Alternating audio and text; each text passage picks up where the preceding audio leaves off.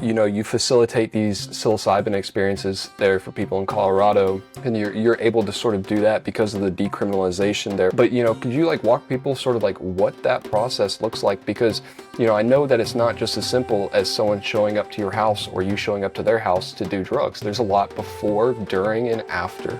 Yeah, so my name is James, and currently I'm a psychedelic guide working on being like an official psychedelic therapist. What most of our society does now is like run away from traumas and aspects of yourself that you're afraid of. And what this medicine work does is it allows people to actually do the work on themselves to heal the part of their brain that's gone through traumas, that needs healing, so that they don't continue to suffer. Instead of just taking a medicine every day to mask whatever kind of symptoms, we're actually trying to help you get to what is going wrong with yourself so you can actually have healing. How do you bring that model into play? Smoking DMT freebase therapeutically and using that as a psychotherapeutic tool. Merging with simulator in 3, 2, 1. All right, what's up, man? You said you had some mushroom coffee there. Yeah, it's my homemade little formula. It's half cold brew, half protein shake, banana, and it has eight functional mushrooms and 150 milligrams of psilocybin and dark chocolate. Nice, man. So are you a big fan of microdosing? It's something I've gotten more into probably this past year. In my past, it was always like macrodose, and I didn't really see the benefit of microdosing until like now I'm seeing it as like a way to keep my foot in the door in the medicine space. So that way, like, especially when I'm working with people, I have like a little bit of the vibe all the time. Yeah, no, and me and my buddy just recorded a podcast last week, and this was a topic that came up, was microdosing versus macrodosing. And I've experienced the same thing that you're talking about, of where like after a large macrodose, it seems like those microdoses in the following weeks and months help me sort of tap back into that experience and the integration phase there. But one thing I brought up about microdosing, and this might be somewhat of a touchy subject for some people, because I know that a lot of people have found success with microdosing and have used that as a tool to live a more meaningful life and stuff like that. But I've also witnessed this in some of my friends and even a past girlfriend, where they take all these microdoses and that's really the only thing that they do. And there's a few of these people where, from like an outside looking in, I felt like, hey, maybe you would benefit from chilling out in the microdoses for like a week or two and giving yourself a flood dose every now and then if you're really wanting to make some change. Just because, like, and again, I'm not trying to project like my subjective experience onto other people, but this is my subjective experience. I have not experienced as much radical shifts and change and stuff like that from microdoses as I have from my macrodose, experiences. I feel completely the same way. That's why, like, my 20 years of psychedelics has all been macrodose experiences. I was never a microdose guy at all until I got into this Naropa program, which is like a heavy duty program with a lot of people trying to become psychedelic therapists. And I'm like, well, I better give it a chance at least. And the way that I'm doing it very carefully, taking days off. And then it's not making big changes in my life because I've gotten those big shifts already. For me, it's like helping me support the other people in my life that are trying to make these changes. And that's kind of where I'm at this point. But I feel like most people would benefit greatly from the therapeutic macrodose experience with someone like me who can be there and make sure they're safe. Yeah, no, I really resonate with I really appreciate, I should say, what you just said of like, hey, microdosing wasn't really my thing, but I understood, it was that level of self-awareness you had of like, I'm going to be helping people who are using this as a tool. So for me to better understand it, I'm going to experience this for myself and kind of dive into it, which is, I guess we can just go ahead and start the podcast, man, because we're already getting into it. But yeah, of course, man. Yeah, dude.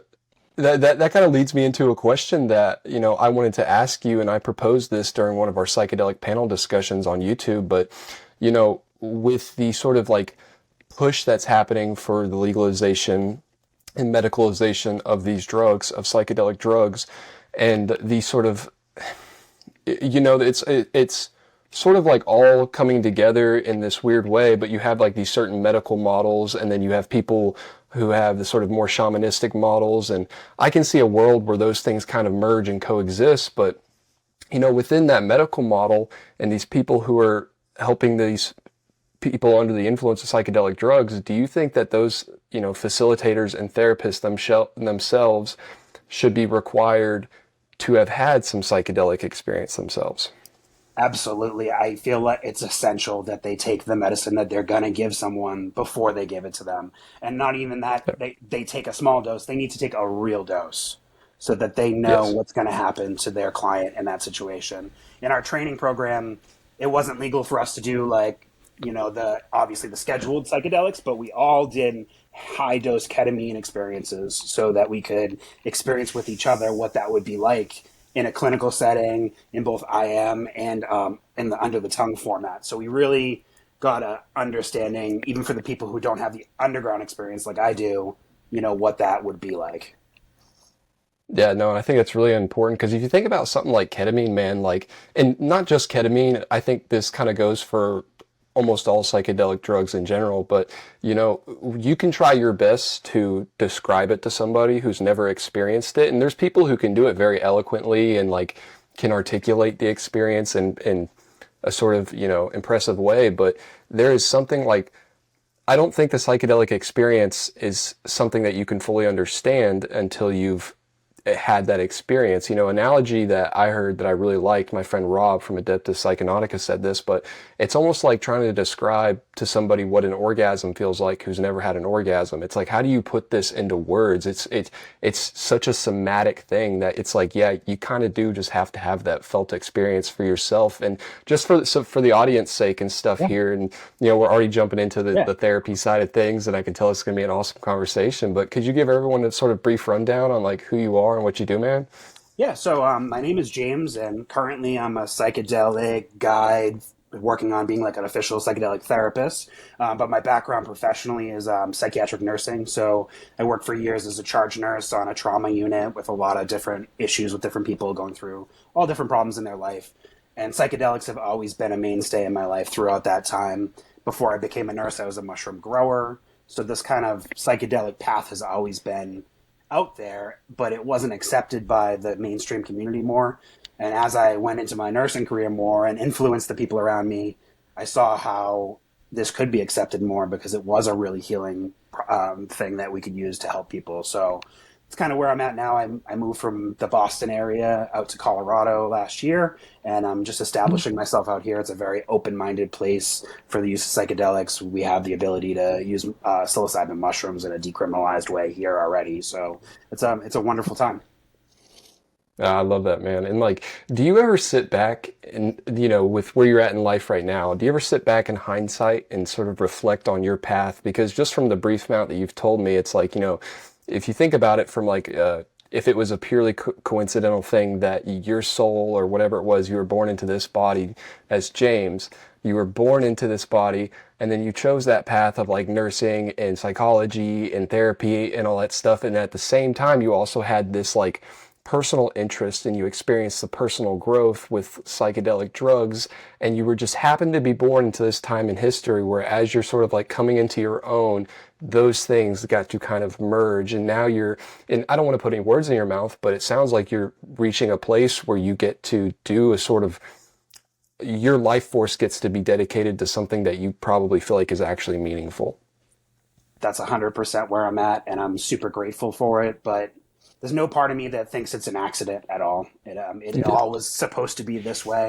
And I've had Yeah. some psychedelic trips that kind of show me that as well, particularly DMT trips that give you that heavy flash. It's real deep, like beyond the cosmic giggle. There's that really deep experience, and I've had a few of those.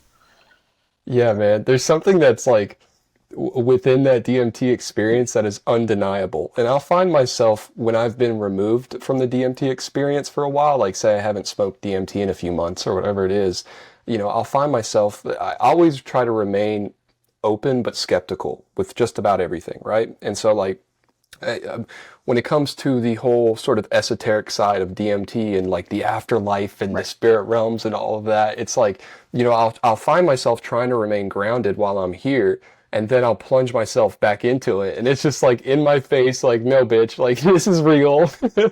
There's no denying it. DMT gives you that hyper that this is the real thing, and I feel like, I mean, over there is extra real, but like this is the experience we need to have right now, and I've had that confirmation over and over again that I'm on the path of what I'm supposed to do. Unlike the realms of like ketamine, where it's like you're in a void in a realm that's dark, and I don't know what's going on over there, but the DMT thing is a very confirming experience, and I wish that's what I could have shared with my cohort in my class instead of the ketamine experience. But we did have a great experience with it. Yeah, no, like, and this is something that, when I was preparing for this podcast, I watched that little short interview that you sent me, and whenever you brought up DMT, I got really excited, dude, because like DMT, like that is like, I partake in a variety of different psychedelic drugs and have experimented with a bunch, but there's just something about DMT to me. It's almost like the center of the mandala. You know what I mean? And one thing that has been on my mind for quite some time now, and it's funny how sort of my path has merged with this and led up into this, is, we're seeing all of these new models come to play with psychedelic assisted psychotherapy and the sort of like bringing some of these ancient lineages into the ceremonial type setting. But a lot of this is being done with things like, like what you're doing, psilocybin mushrooms and ayahuasca and maybe some mescaline, and they're sort of within the same palace. They're like pointing towards the mandala from my perspective, Kind of you low, know. they're lower energy kind of. Yeah, man. But I think that that's amazing, and I think like obviously those are great tools. There's something about like say the psilocybin experience, the fact that you get to be sort of like 1 foot in the other realm and 1 foot still in this realm, where you can do an interesting amount of like self-exploration within that space, right? But from my perspective, once again, it's like I have experienced certain things under the influence of dimethyltryptamine that are just have radically changed my perspective and have radically changed my life in a very positive way, and so this is a very long-winded way for me to sort of ask this question, but like, one thing I've been wondering is like, okay, smoking DMT freebase or maybe even some chongo, whatever it is a radically different experience than taking psilocybin mushrooms. While they are in the same sphere, and I think having the experience with psilocybin mushrooms can help, potentially prepare somebody for that a little bit.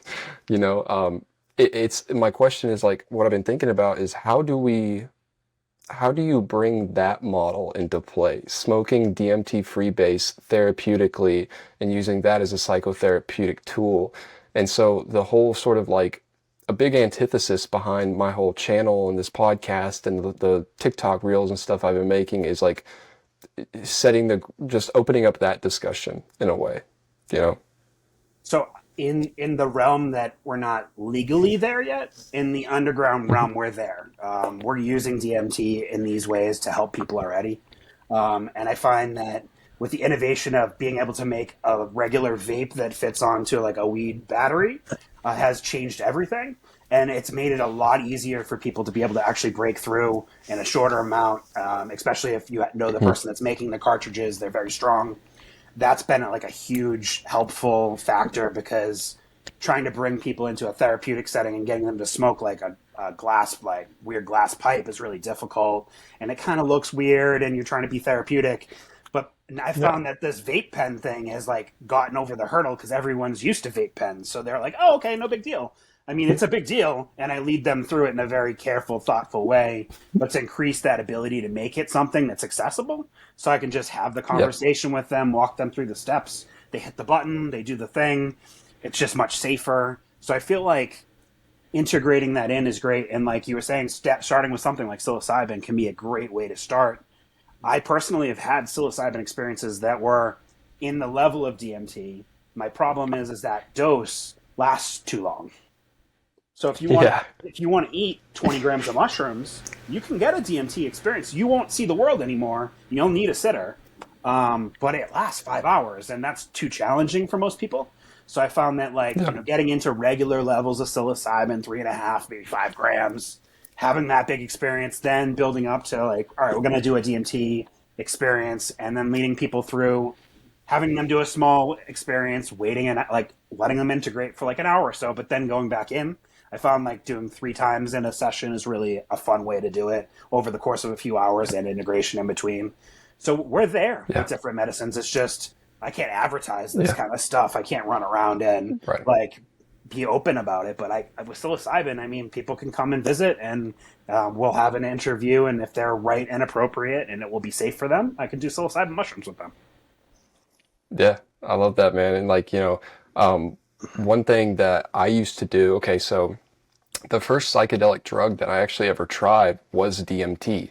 And it was this sort of funny coincidence of it seemed like DMT came to me and appeared in my life, and it was just like the dominoes aligned in this way where I was like, okay, I'm doing this. And then ever since then, it's kind of set me on this completely different path in life. But one of the things that I started doing shortly after my first DMT experience, and I'm not advocating for others to do this, this is just, my path and my story. But I started hosting underground illegal DMT ceremonies at my apartment here in Kentucky, and through that, I learned a lot about myself, and I felt like I learned a lot about the spirit molecule, and I learned a lot about others. And one of the things that, you were just talking about, it kind of brought this to my mind. There seems like there's this sort of art form in that, within like facilitating the experience of bridging that gap for people, helping people like bridge that gap, but also knowing when to get out of the way and let the medicine do its work, right? And so one of the things that I found was very helpful for other people to make that sort of DMT leap was the synergy between psilocybin mushrooms and DMT. And what I mean is like we would take, say a gram or two of mushrooms, nothing too far out, but like we're feeling it, and then somewhere, say in the middle towards like the tail end of the trip, somewhere where you still have that serotonergic agonization, we would do the DMT then. And there was something very special about that synergy because it allowed people to sort of like have that beginner level ego dissolution before they just, catapulted out of their bodies. But I don't want you to like say anything to incriminate yourself or anything, but like, have you ever thought about, I'm sure you've thought about that, but. Oh, in practice, we do it all the time. The DMT is a very commonly used at the end of either a mushroom trip, but really it started on the end of LSD trips. It's really was like, goes back to Nick Sand. Yeah. Nick Sand was the first person to smoke DMT. I don't know if you know anything about the history of that. So Nick Sand was one of the original guys that came up with Orange Sunshine, one of the best batches of LSD ever from the early 70s. It went all around the world. It went to Vietnam. Well, he was trying to make psilocybin in a lab, and the precursor step to making psilocybin is making NMDMT, but he couldn't figure out how to make the next step. He just kept messing it up. So he had like a giant bag of DMT, like huge bag of DMT. And at that point, the science only said you could inject it. No one knew. They thought you could only inject it because you can't swallow it. It doesn't work. Like ayahuasca is the only way to do that. So he put it in glass. He went out, smoked it.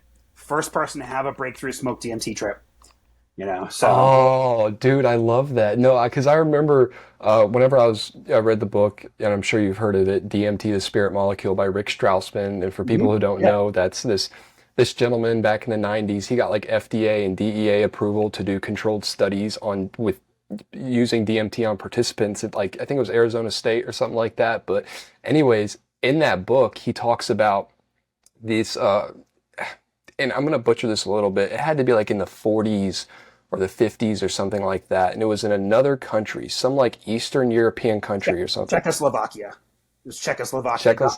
Dr. Stanislavskov. Yes, that's what it was, man. And they were, I think it was the IV DMT I think that's what it was back. Well, it was, they could do it in your shot, in your arm, right into your arm. But yeah. Right. They discovered the DMT over there, and we wouldn't give them LSD because they were communists or whatever. So they had to do experiments with DMT. Dude, that's wild. That is so wild. Oh my goodness. But yeah, man, I'm just like I am fascinated by, and I'm very. I appreciate your honesty there of like, yeah, it's already in play. The sort of like, DMT within the ceremony, because like that just. Yeah, I think that's super important. So could you tell people sort of what you do in terms of, you facilitate these psilocybin experiences there for people in Colorado, and you're able to sort of do that because of the decriminalization there, which I think is absolutely wonderful. But, could you like walk people sort of like what that process looks like? Because, I know that it's not just as simple as someone showing up to your house or you showing up to their house to do drugs. There's a lot before, during, and after, you know? So it all starts with basic communication that I build up with someone, have build some rapport, talk to them as a human, develop that point, and then the first part is a 90-minute preparation session. So I don't even the way that I work, I don't even start to even charge you.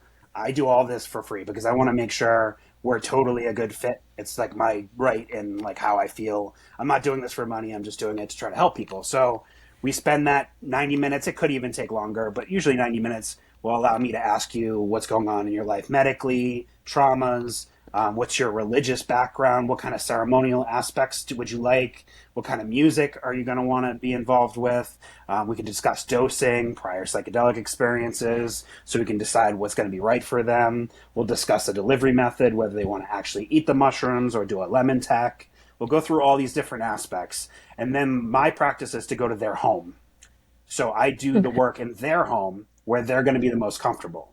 So once we feel all comfortable, have gotten everything together, we go to their home the next day and we set it all up in the morning. We talk, have all the conversations ready, get the lemon tech going, get the music and ceremony started, and we have our medicine session.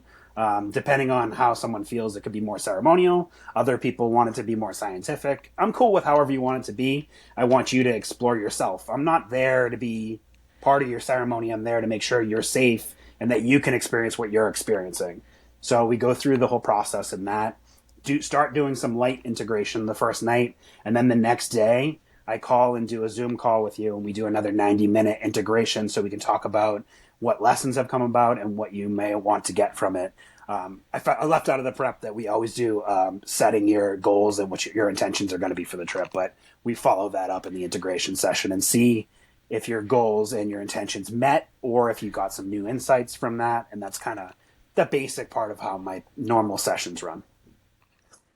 Yeah, no, I love that. And like one thing that I found in my short sort of stint there of facilitating experiences and uh, one thing that I found was super important was sort of like bringing people back. And like what I mean is like, there's, especially with DMT, there's this sort of like cosmic circus visual firework thing that goes on. And it's like, that is very beautiful. And that itself can be life changing, just seeing that and like, let's tap into that and enjoy that and all of that. But it's helping people find like the sort of meaning within that, if you know what I mean, and not getting like lost in the trap of just always pushing for the next experience to solve them as like their magic bullet or whatever, and really helping people understand like, all right, like let's dissect this, let's talk about this, like I'm going to check in on you, man, stuff like that. And I always take the like, what's beyond that mandala? Yeah, it's pretty, but like, what is Yeah, actually the message in there? What is it telling you? Because there's more yeah, to it than a pretty visual experience. But a pretty visual experience is great to get people's foot in the door. They're like, oh, that was cool. And then they're more open to like going deeper into it. And I found like, particularly with DMT, like there are like levels to how much DMT you get into yourself and then how far you go. And like the deeper levels I feel are more interactive with other energies and entities, and you don't get that in the lower level, which is great to introduce people to. They get the great mandala experience and they're happy about it, and that's great. But it's the first hmm step, and I think that's if we can get people to be happy with that, it's great because we can convince them to go to the next step, which they might be a little bit more intimidated by. yeah. And there's something about DMT, man. I'm 23 years old, and I started interacting with dimethyltryptamine when I was 19. And since then, I would say I've interacted with it probably 100 plus times, and I've had somewhere around like 30 something breakthrough doses in the matter of 4 years. But I've found that there's a certain amount of that like pre-flight anxiety that comes in before you blast off, and that I don't know if that'll ever go away. And I think that's kind of built into the experience. And it's that sort of like threshold of like, all right, dude, like we have to truly be brave here, you know? So I found one thing that's a good trick for people that are having, especially people who have experience with DMT or are having a hard time returning. Mhm. Give them DMT at the end of an MDMA experience or when they're still open, Mm. because they'll be more open to it and their heart will be open to it. Yep. And then they'll be open to Yep. accepting the message and they won't be as afraid. That's very Right. beneficial. It's not. I wouldn't use it on someone who's new, but for someone who's old, experienced DMT users having a hard time returning, it's a great way to help them return. Dude, thank you for that. Because that is, this is something I've thought about is that there was a few people who I facilitated DMT experiences for, and they had these very powerful, even transformative experiences, but it left them sort of like shell shocked in a way of like they couldn't believe how powerful it was. And so they didn't want to return to the medicine. And now that might just be their path, right? Like, and I'm never going to push anybody into, like, I truly feel like they have to feel called to it in their own way. But I've also, and I'm not going to say his name, but I have this one friend, right, who did it with me twice. The first time it was a very beautiful experience that he had, and he was all gung ho about it, wouldn't stop talking about it. And we did it again, like probably 2 or 3 months later, and you could tell he got more of a tough love type of message. And at this time in his life, he was a devout Christian who was also an alcoholic. So you can kind of, I'm not going to, Yeah. you can kind of see where the division comes in there, and where maybe his message was lying. But since then, he's, still been very interested and talks about it, but he talks about it in a much more fear-based way. And once again, I'm never going to be that guy who's like, you just do it again. You need to, like, I truly feel like there's a sort of like I said, a calling. But with the whole pre-flight anxiety thing, one thing that I found was very effective was what I said a minute ago, like the synergy between mushrooms and DMT. That was very good for pre-flight anxiety, sort of like letting people have that sort of, smoother ramp into it. But also, and this one was hit or miss, man. This was one I still have not completely figured out even for myself to this day. But there was times when microdosing DMT first, taking a small dose, and then maybe going back 30 to 45 minutes later was what they needed to help them bridge that gap. Because within that microdose, they had a certain feeling, or maybe they went to the waiting room, and the waiting room told them like, hey, come on, like it'll be okay. Next time, push it, and so having a sort of microdose like that, I found has been successful. But there's also been a couple instances, and I've experienced this for myself too, of, have you ever heard of this sort of psychedelic colloquialism that's called the underdose? Yes, of course. Yeah. Yeah. Yeah. Yeah, the underdose, man. It's just getting that amount of DMT where it's like, man, if I had just really just not done the microdose and had pushed it all the way, this would have been much more enjoyable. But there's this certain amount of like tension that you sit in for like 15 minutes. We were like, ooh, I wish I would have just broke through the bubble.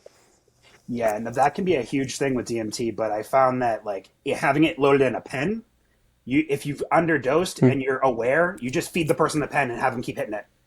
It doesn't really matter where you're at in the trip. As long as you can help them, you can get them up beyond that point and not let them struggle so much. But I found from experience that if you're really trying to go deep, it's best to do it all in the first and not give an initial dose. The initial dose thing is great for new people because it keeps them from going as deep. It's like, I think it keeps them out of the deep end.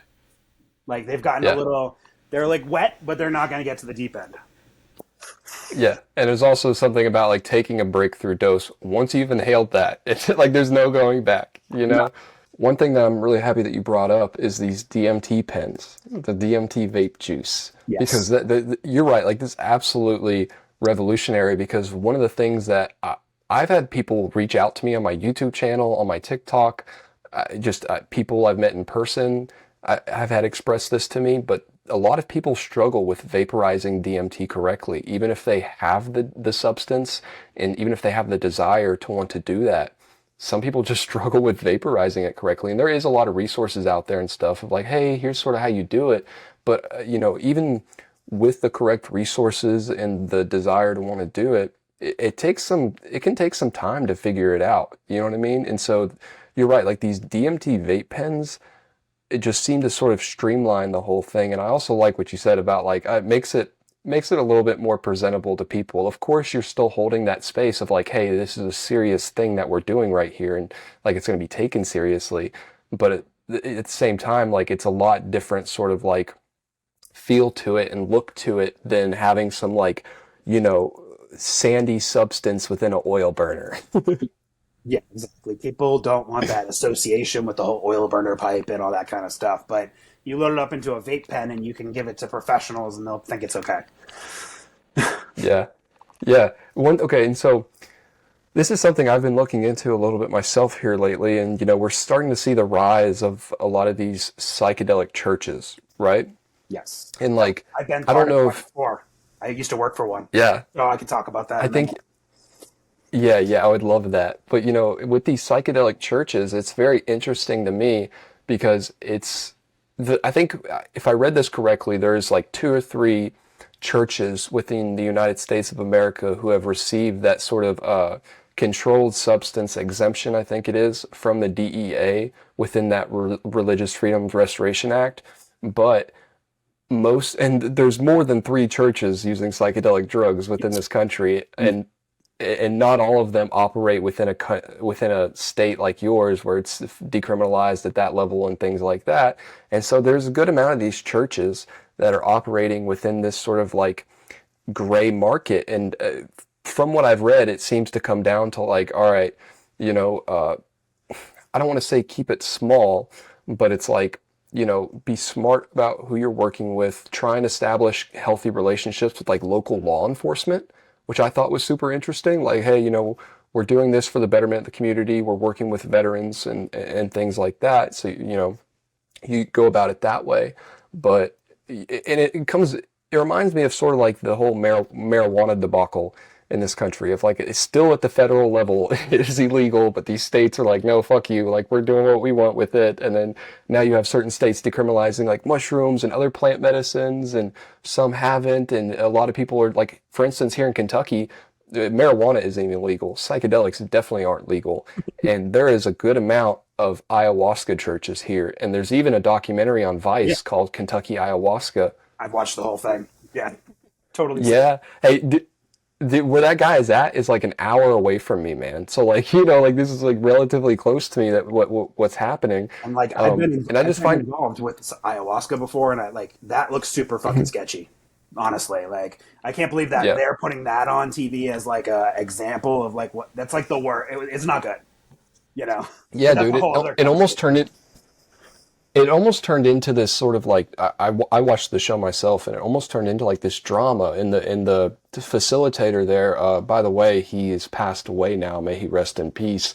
Um, yeah, I found that out like a month ago. I checked in on their website, and I believe it was his wife or his girlfriend put on there that he had passed away like earlier this year in 2023, and that she was in the grieving process and didn't know when or if she was going to resume ceremonies.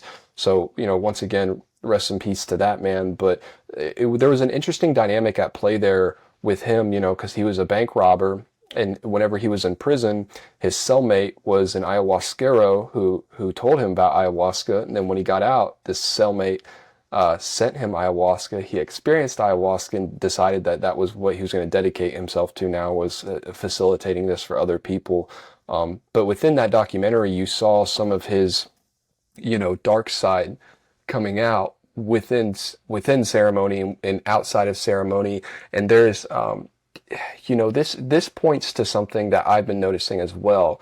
And there is this like sort of trend, man, and definitely not everybody. I know that there's a lot of facilitators and people who run these operations who conduct themselves in a professional manner with very sweet intentions, who do it in the best way that they possibly can. I know that that's happening, but there's also a large amount of, I don't know if you want to call them fake gurus or whatever it is, but people who are getting into this line of work because they know they have an immense amount of power over other people, and they get to exert that power in what is, in my mind, a very sacred space. You know, the psychedelic space, like that is sacred and doesn't need, it's unacceptable to violate that, you know? More than half of my psychedelic training is about social location, keeping your power in check, understanding where you are in the world, And then the other half is the psychedelic stuff. But it's really such a big issue when you have people in such a vulnerable state, and how you treat them and interact with them. It's going to make a giant impact on their life and how they interact with the world, and you have a lot of responsibility. Yeah, and like, so what do you think is happening there? Like maybe psychologically, because I'm sure you've studied psychology and stuff for quite some time. So psychologically, why do you think that this trend is happening?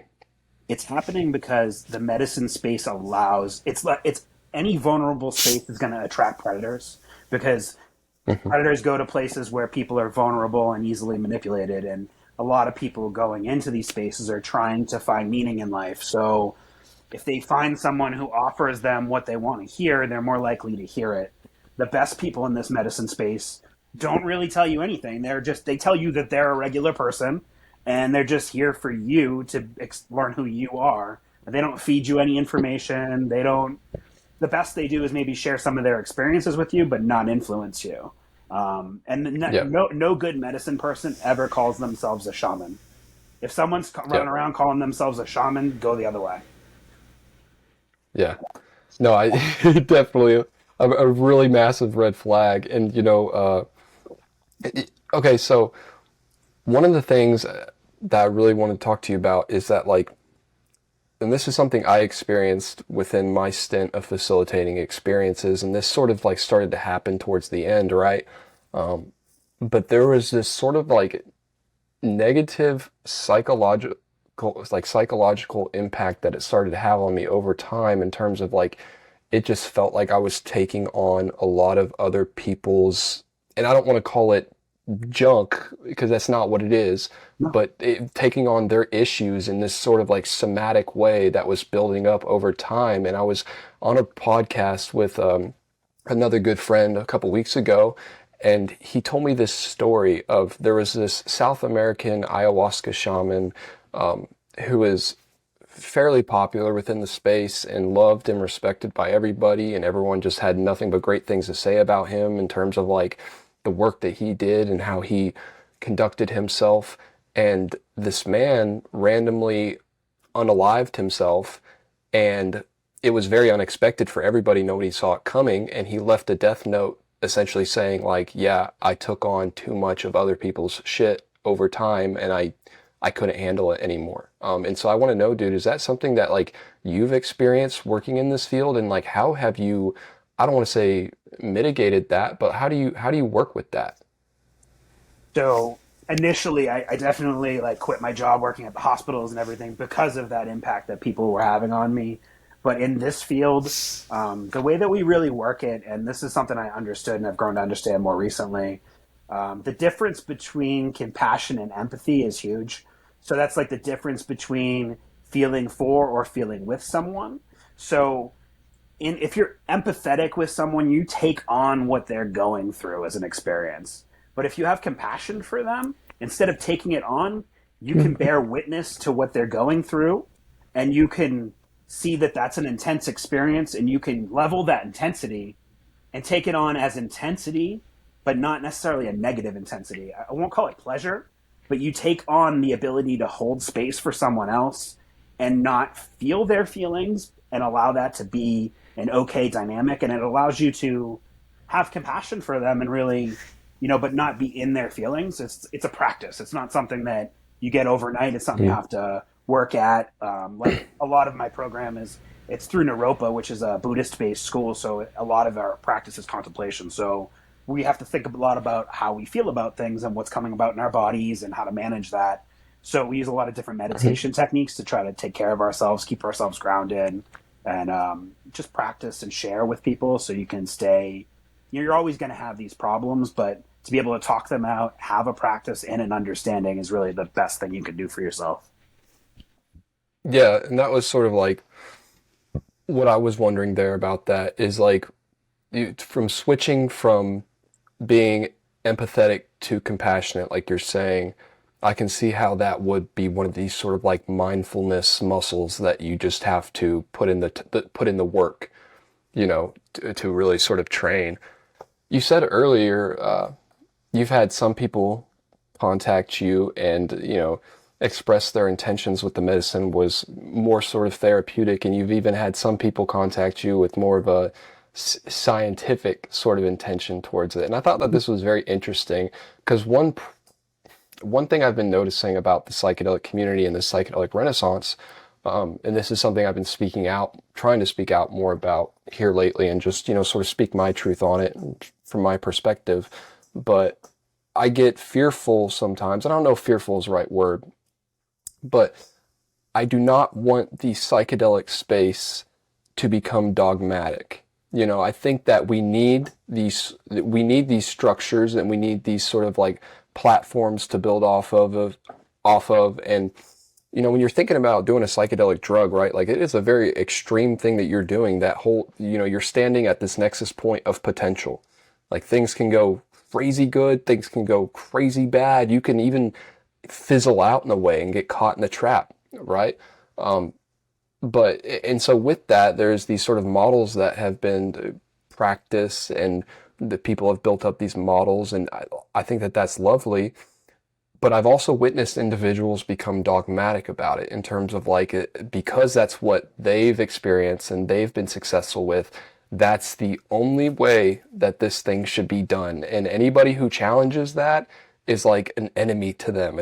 They're challenging their identity at that point. And where I sort of clash with that is, when I take psychedelic drugs, it is very ceremonial. Like I have certain ritualized practices for myself and even for others who I've facilitated that for.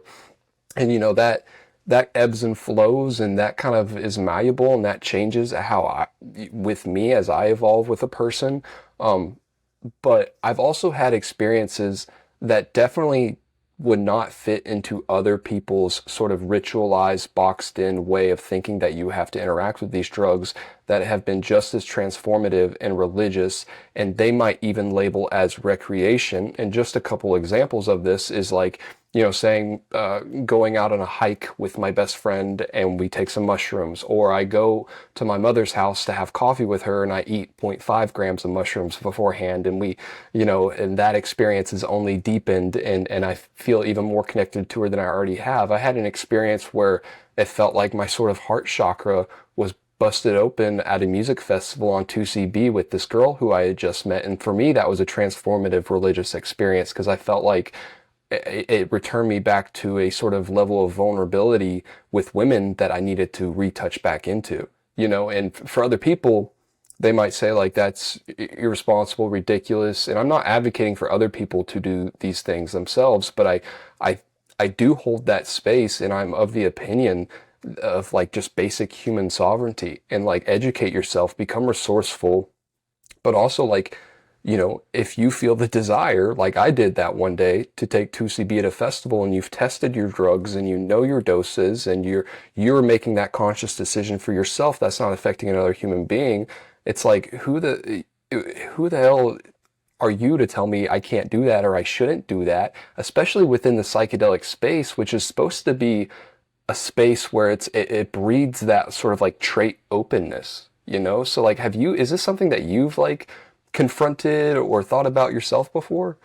Oh, absolutely. I mean, I'm a big deadhead fish guy. I got the big giant tattoo down my arm. So definitely, like, psychedelics have application in different settings. Like, you don't have to use them in one way. Like, I think certain ones are better for certain situations, but we shouldn't like draw divisions between people and how we're using medicines. Like, if I use medicine in a session with you at your house, it's going to be a different experience than at a music festival. But that doesn't mean that the music festival isn't going to be one of the most profound experiences in your life. I would have never become a nurse unless I had gone to a music festival for a weekend. I took a bunch of LSD. At the end of the weekend, I realized I wasn't doing anything good for the world, and I went into nursing. So, I mean, these things can be like major, profound things that can happen at any time in your life. It doesn't have to be set up a certain way. But my like job and what I'm trying to do is like set you up so that you can have a profound experience without having to go through as many trials and tribulations to get there. Yeah. Yeah, man. Okay. So one of the things that I have tinkered around with, and this is just on myself and my personal experimentation, that I've found super interesting, and that is the implementation of monoamine oxidase inhibitors, right? And so for people who don't know, in ayahuasca, there's obviously DMT, but to make the DMT orally active, you need a monoamine oxidase inhibitor. And that is not the only instance in which you can use an MAOI. And I want to say this too, if you are going to use MAOIs, you need to do a lot of research. I'm not advocating for anybody else to do that. It can get very dangerous if you are not careful with this, you know what I mean? But also, I have taken MAOIs in combination with psilocybin mushrooms, and I've also taken MAOIs before smoking freebase DMT, and this adds a certain level to the experience that is just like, I don't feel like I hear it talked about enough in a way, you know, like with the DMT experience, doing that on MAOIs, it makes the DMT experience much longer and almost maybe deeper in this way. And then with they call it Psilowaska, taking psilocybin mushrooms with MAOI.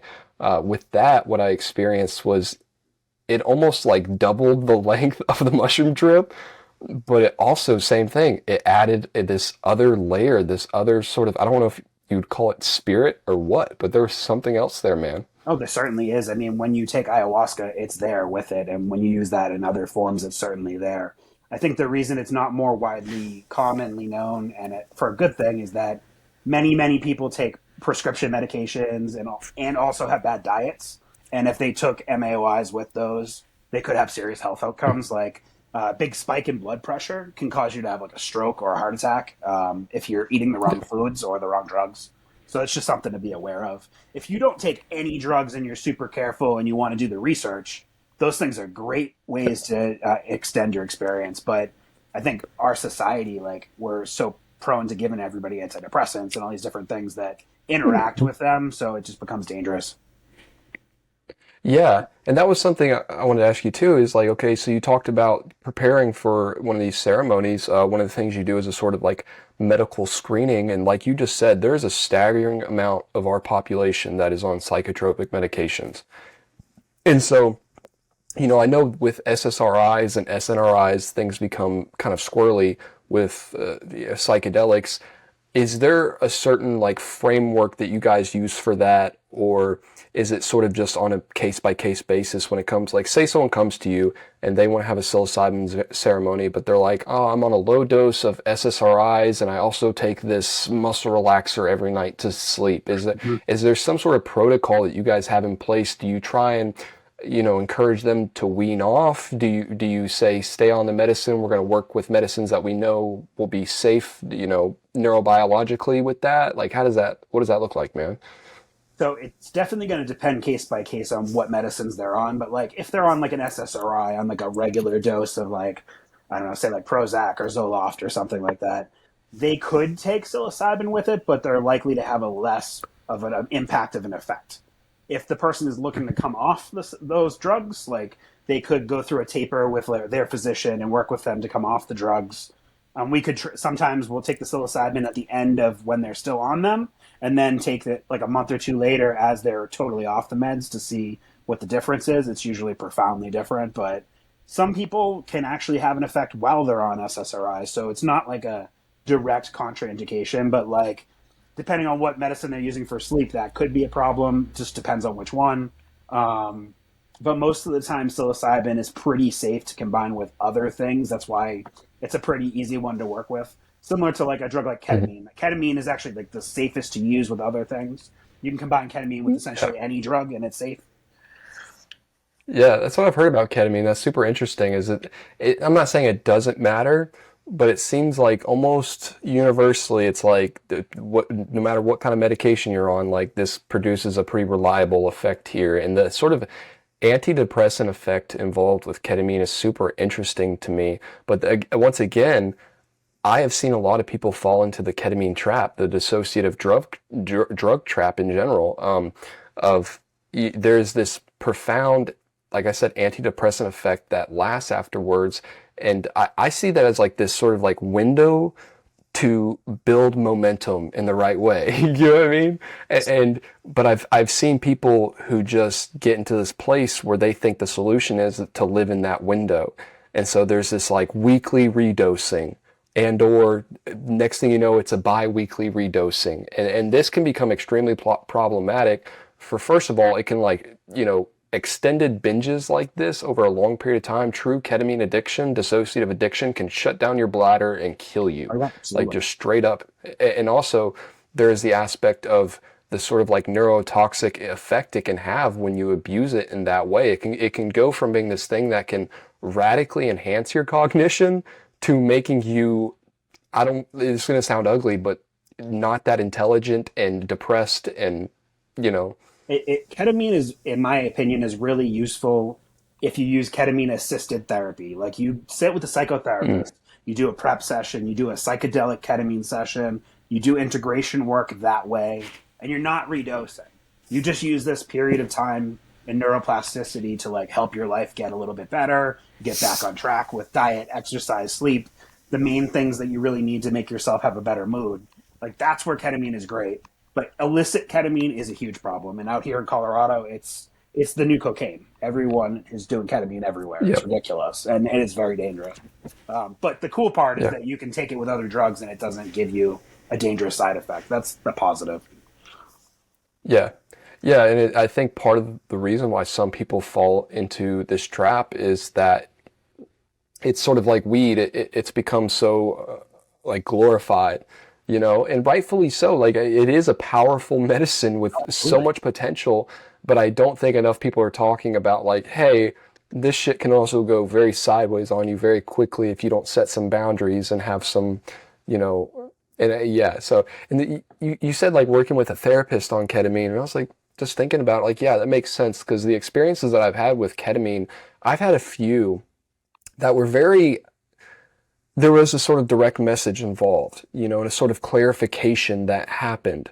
But a majority of my ketamine experiences, while they've been super psychedelic and beautiful in their own sort of weird, like slither of the universe way, a lot of them have been very confusing, like, so I can see why working with somebody within that space could be massively beneficial.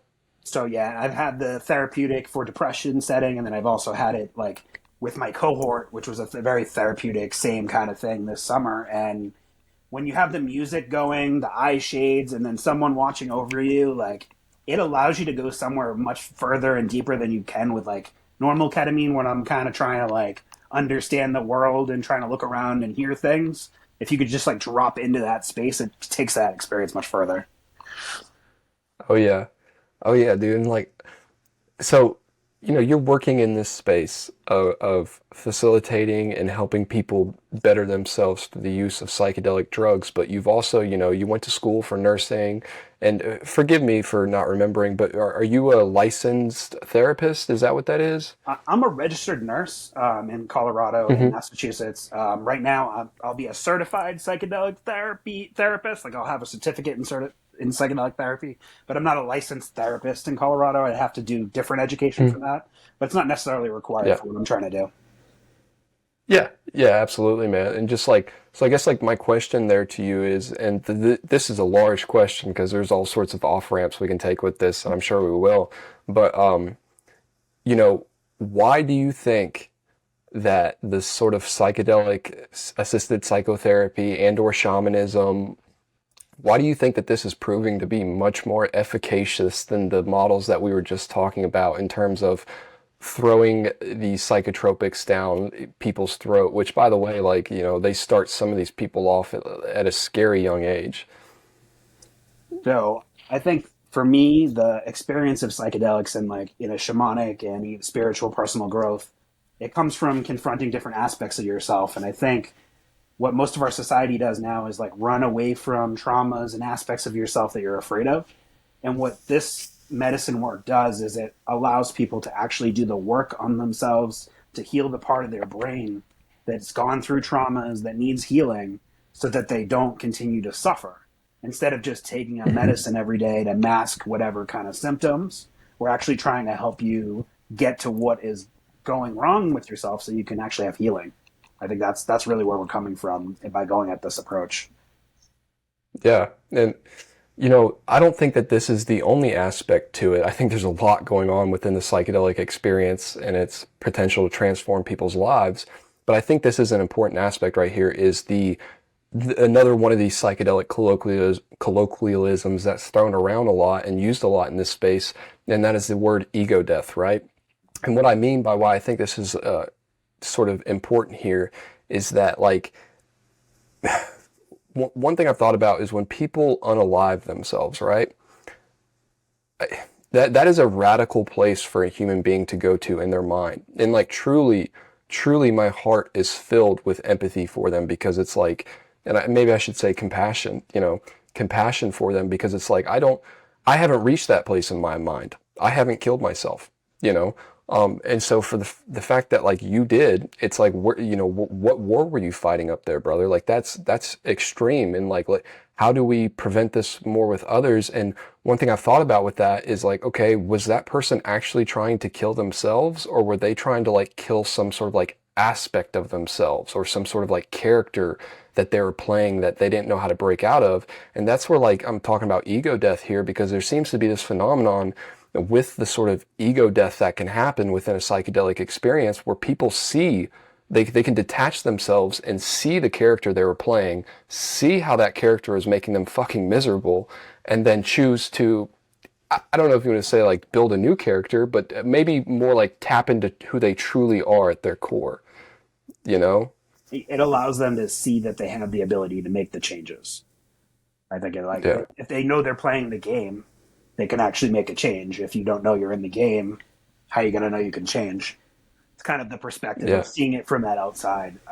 Although I'm not sure how many people are ready for the ego death experience. However, I'm pretty sure that a lot of people are ready for some psychedelic experiences to get beyond themselves to some degree. And I mean, sometimes we take the ego death experience and things, we we want to make a lot of meaning out of it, and like, people can let their ego die every day. Just try being a good person, like help somebody, like just let yourself go and do something for someone else. That's an ego death, and people kind of forget about that. They want to have these big powerful drug experiences, and they come back and don't integrate that.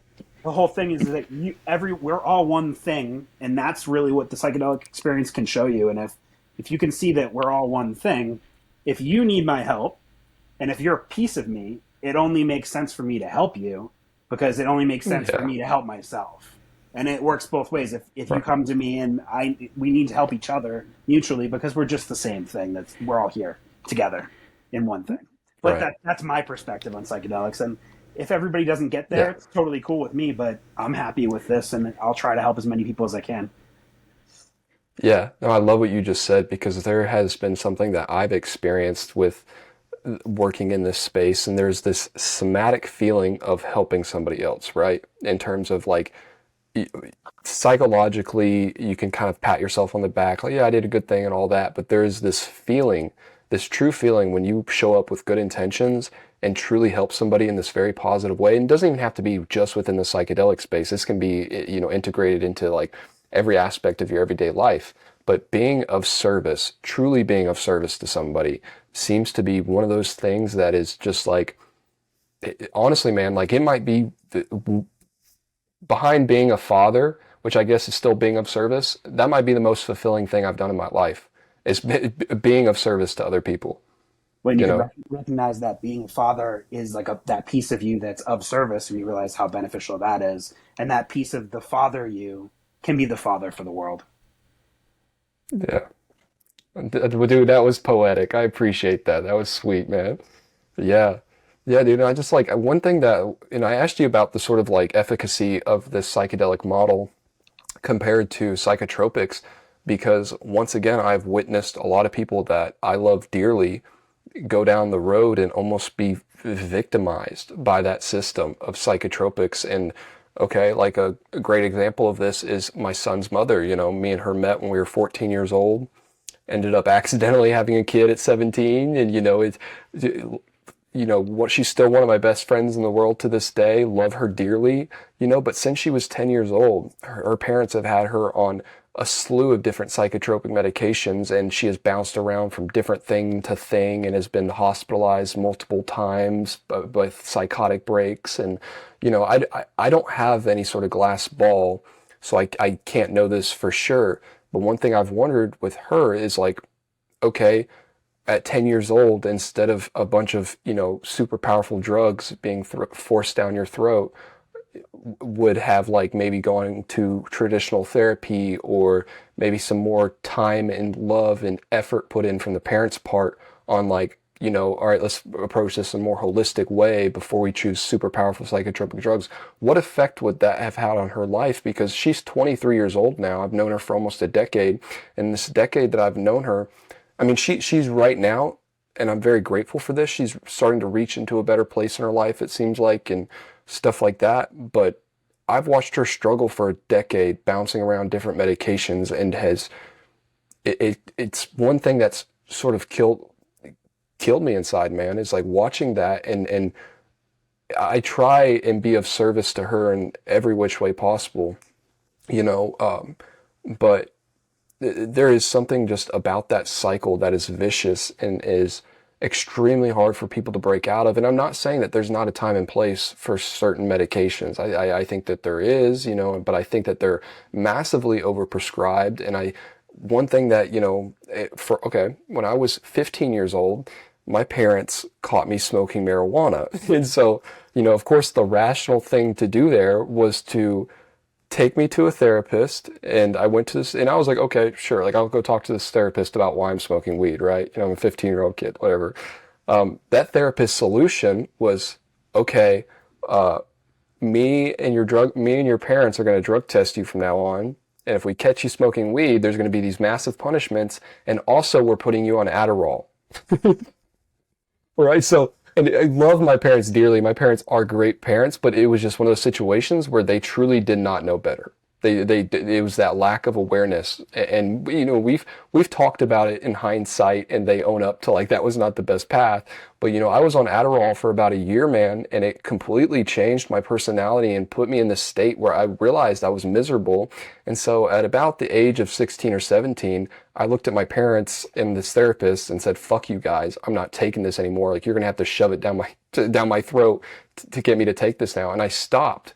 But like, even just at 16, 17 years old, taking that for a year, man, I was like in a dark place for like 4 months or something, breaking out of that cycle. And so I imagine all these, I was just taking Adderall. There's some people who also take Adderall on top of, they take Xanax during the day, and then they take a muscle relaxer to sleep at night. And it's like, how do you even go about unwinding this, Yeah, there are a lot of inappropriate interventions out there, but people get addicted to those meds, and then they kind of lose track that they're addicted, and they think they need them for whatever reason, and it becomes a whole process, especially with the Adderall, because it's amphetamine. I mean, it's not like a magically new drug that just came out that we don't understand. I mean, amphetamines cause addiction problems, and then they'll cause issues with sleep and irritability and depression. It's just kind of inevitable. Right. I mean, I think the problem, a bigger problem now, is that we don't have enough therapists, and then the therapists we have that problem with the empathy, compassion. Like, they're holding on to too much of what's going on with their clients.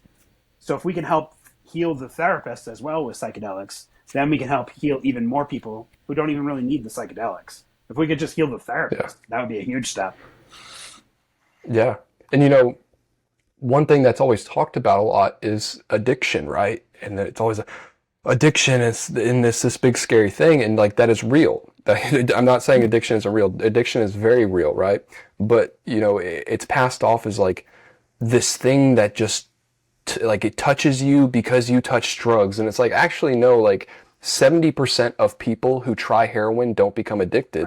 So you can't tell me that it's just like the addiction thing. And if you look at like, if you really study addiction and like the whole rat park model and all that, it's like, no, a lot of times what it is people live hard lives and they live unfulfilling lives, and it's a matter of fixing that at its core, right? But instead we have this model in place of, we're against addiction to illicit illegal narcotics, right? Addiction, but we have these certain ones. right? It's not a traditional. Yeah. It's like people are just trying to cope. Like, that's all they're doing, is they're trying to figure out a way to get by. And we demonize certain drugs and say certain ones are bad, but it's just people trying to heal themselves in some way, and we're not helping them in a different way, but we tell them they're unhealthy. We're just labeling them unhealthy, but we choose to do nothing to help them. Sad. Yeah. And no, like, and I think that's where like one thing I've always loved and appreciated about the psychedelic model from the get-go, even just in my own personal experimentation, was like, oh, this is like a radical way of a radically different way of looking at drugs instead of just either like, oh, you're going to become addicted to the illicit ones, so be addicted to our legal ones that we prescribe you. No, this is like, hey, we're going to start looking at these things as like actual tools and interacting smartly with the tools and understanding them, and it's like, wow, like this is new. This is like, I grew up in this fucking society that absolutely did not educate me on this at all, and I had to figure it out for myself the hard way. And a lot of other people are in that boat too. And it's just, yeah, I love that model of like, here's a substance you don't have to take every day that's not going to fuck with your neurotransmitters and your downstream effects on your body. The magic of psychedelics in the mainstream community is that we can at least say they're not addictive. So at least when we're trying to like tell people to try this, they're going to be like, oh, I'm going to be addicted. No, the evidence doesn't support that. So that's the one thing that we have going for us. But we have to be careful in the psychedelic community to not like demonize other drug communities, whether they be like cocaine or heroin or amphetamines. And we all get in these traps, but it's just, it's a way that our society uses to keep each other apart. Yeah, and thank you for bringing that up about not demonizing other drug communities. 'Cause, for myself personally, the drugs that I choose to interact with are psychedelic drugs and occasionally marijuana. You know what I mean? Those are my things. Occasionally, I'll have like a drink or two of alcohol with like a friend at a barbecue or something, but I'm not really interested in the other ones. I've never gravitated towards them. I've experienced some of them and experimented with them and found out very quickly, like for instance with opiates. I tried opiates when I was like 15 or 16. It was like Oxycontin. And I realized, okay, like I can see why other people like this and want this. I see the euphoria in this, but also like I'm nauseous and I've been constipated for 2 days now. Like not my thing. You know what I'm saying? But yeah, like I think that does happen a lot. That sort of demonization of like any drug that isn't psychedelic drugs. And have you ever heard of this gentleman? I want to say he's a Stanford professor. Maybe it's the University of Columbia. It's Dr. Carl Hart. Dr. Carl Hart is the one Yeah. that talks all about this kind of stuff. And he's the one that admitted that Yeah. he casually uses heroin. And he like put it right out in the paper. Yeah. Yeah, dude, at the beginning of his book, Drug Use for Grown-Ups, which for the audience, if you haven't read that book, I highly recommend it. Drug Use for Grown-Ups by Dr. Carl Hart. But right in the like first chapter of that book, he was like, yep, I'm very well respected. I'm a professor. I have, a job. I'm responsible for my kids. I volunteer in my community, all these things. I've built up this rapport in my professional field for 20 plus years now. And then he was like, but also you should know that I've been using heroin for 5 years and it's made me a better person. And I was like, whoa, dude. I was like, that's intense like that, but that's fucking awesome that he was willing to be like, hey, I'm coming out of the closet about this. And I think it's time other people do too, because of what he talks about, like it's like 30 something, there's a ridiculous percentage of our population that regularly interacts with illicit drugs, but so many people have to be closeted about it in fear of being ostracized or, whatever it is. The heroin one was interesting to me because, and I need to revisit that book and revisit sort of like what he was explaining psychologically about that. But if I remember correctly, he said it, and this sort of reminded me of some of my psychedelic experiences, the way he was describing some of his heroin experiences. But he was saying that within that experience, he got to allow himself to like release certain emotions and feel into certain emotions and even like release resentments he's held on to towards other people. And I was like, wow, that is a radically different way of looking at heroin besides like this sort of media pushed model that's like, oh, if you touch heroin once, then you're going to be in the alley strung out, Totally. And it's like the same thing with cocaine too. I mean, how many people become addicted to cocaine? There are some, but there are a lot of people that use it like once or twice a year or something. I mean, not that I recommend those kind of things, but I can't demonize people who do it, Yeah. Yeah.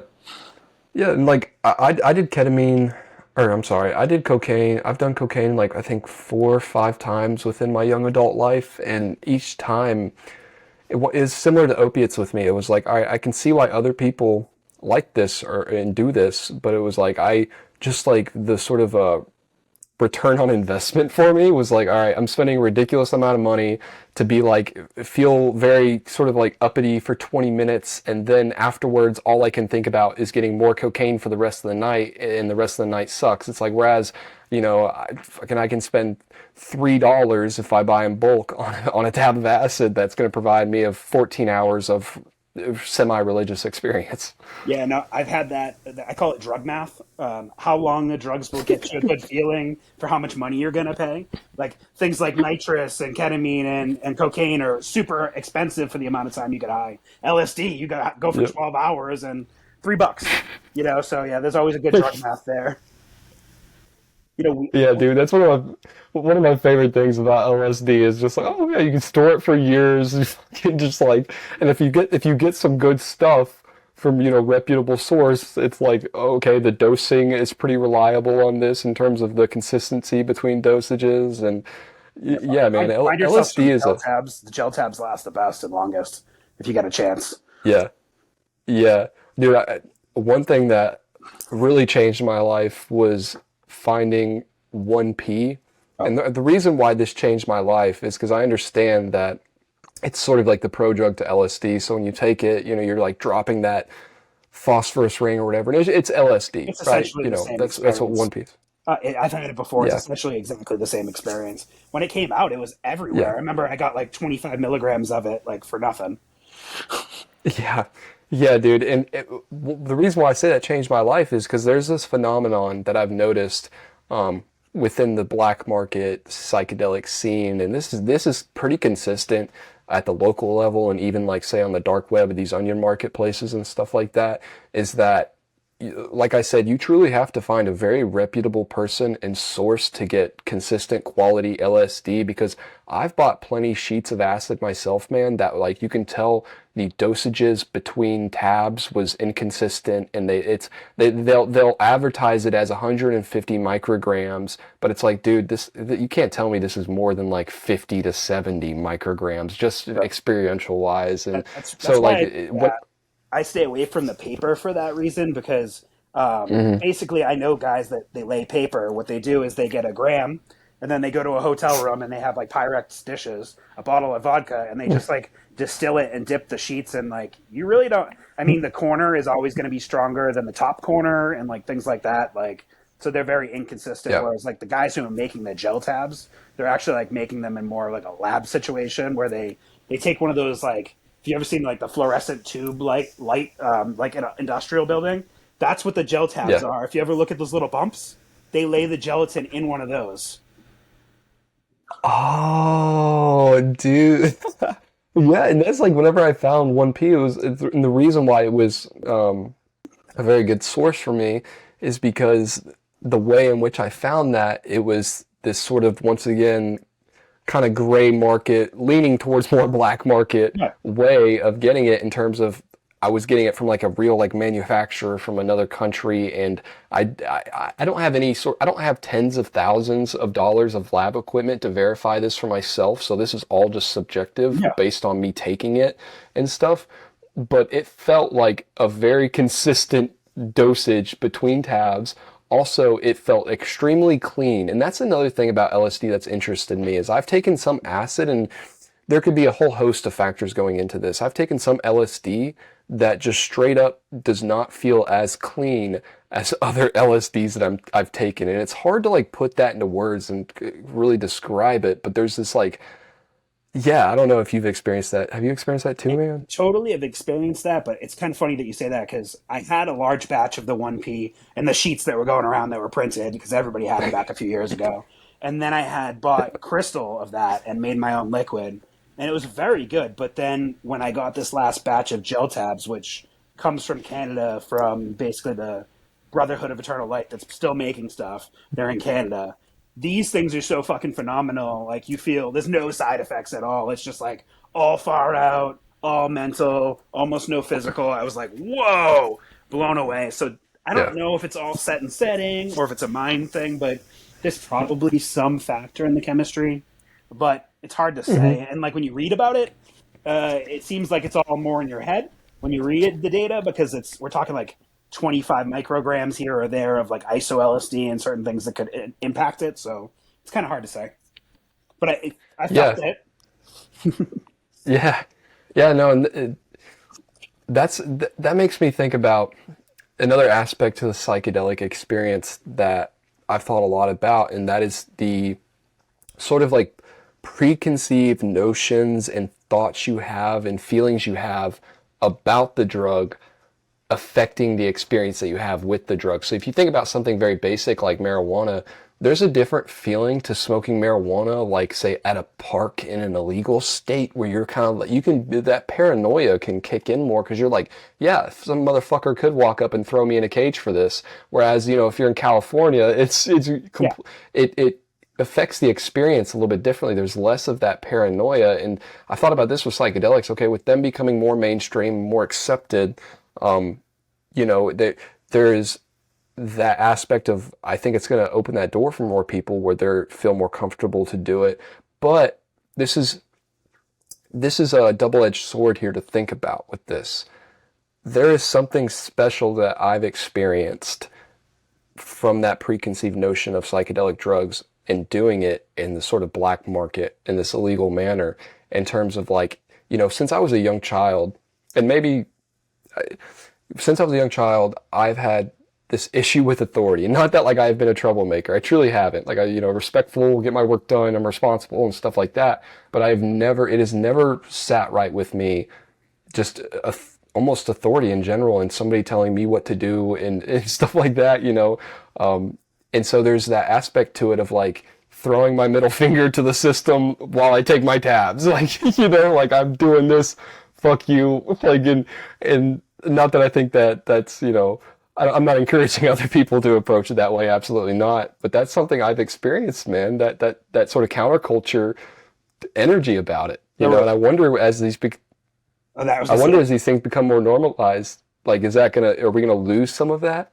Yeah, we're totally gonna lose it. I mean, because like I've been involved in cannabis for like 20 plus years. Like seeing the difference out here. Like I worked at a dispensary for a little while. It's like the college kids, like it's just like alcohol to them. It's nothing, and they don't have like the people that used to be stoners were like a culture and a people, and you like were together, and there was some sort of camaraderie. Now it's a business. So I am concerned about how that will go. So like the people in our community are trying to be really careful about that mushrooms don't turn into like a dispensary situation and it doesn't turn into that. I mean, I think for our rebellious side, I think for our lifetimes, LSD is still going to be a rebellion the whole time.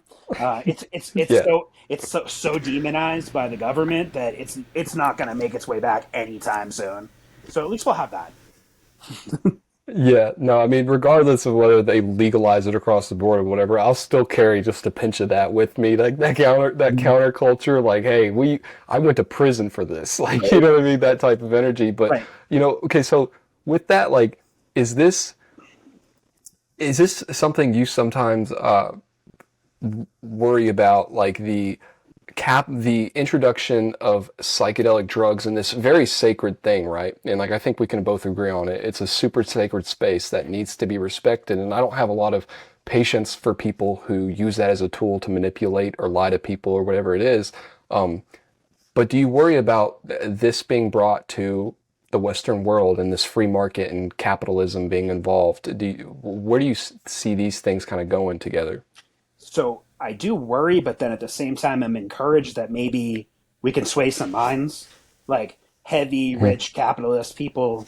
We can give them enough like psychedelics and enough like attention that maybe they'll see the world in a different place and maybe they'll make better decisions and they can impact the world even more. I mean, I don't like to deal with like people like that because they're usually so entitled, but if we can change their minds and the way that they influence the world and help other people, that would be a great thing. Yeah. Yeah, well, I was talking about this on the podcast I filmed with Rob because he kind of asked me this question. He did it in a different way, and it came through, organically within our conversation. But like sitting there thinking about it, it's like, okay, like we are I hold all the respect in the world and love and admiration for these indigenous cultures who have been doing this for a long time. And I think a lot of that is going to be and needs to be integrated into the Western world. But at the same time, like we have to face the fact that we are Western people facing these modern problems that are disconnected from, say a certain geographical region, whether that be South America or whatever. We're not only interacting with, say, like ayahuasca. There's people who want to do MDMA. There's people who want to do ketamine. There's people who want to do 2CB. There's people who want to smoke DMT freebase. And so it's this whole new world is sort of like going to emerge from it. I feel like it's going to be very interesting to see how that plays out. But, I was thinking about it, and like some people get kind of squirrely about like these psychedelic retreats, and they hold that opinion of like, well, it can only be a gift and nobody should ever charge money for this, and I see that from their perspective, like I do, and I think that comes from a good place, truly. But at the same time, if you think about somebody who is actually trying to provide this experience, dude, unless you just got it already fucking made out here or something like that, like financially wise, there is a lot that goes into a psychedelic experience, even if you do it as cheaply as you can.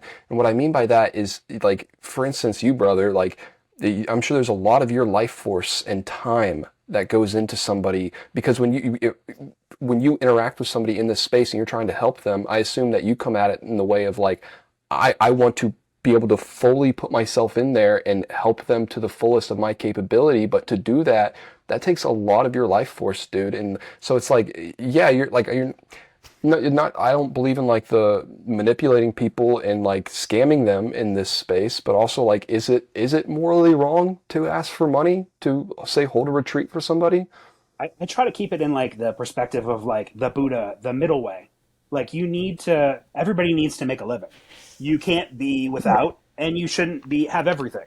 But if you could find that middle way, I mean, I don't charge an exorbitant amount of money. I'm probably one of the cheaper options out here. I mean, there are people that charge several $1,000s. I charge like $500 to work with you. Like, it's not going to be like that level, because I don't believe in that. I just need money to pay like my cell phone bill and put some gas in my car. Like, Yeah. so I'm not trying to develop anything huge. And I think retreats can be done in a reasonable way as well, as long as you look at finding that middle path. Don't everybody does need to make a living. We do need to pay our bills, and that's okay. But you shouldn't rip people off. I think that's really a dangerous thing. But the side of it that I can see is a positive.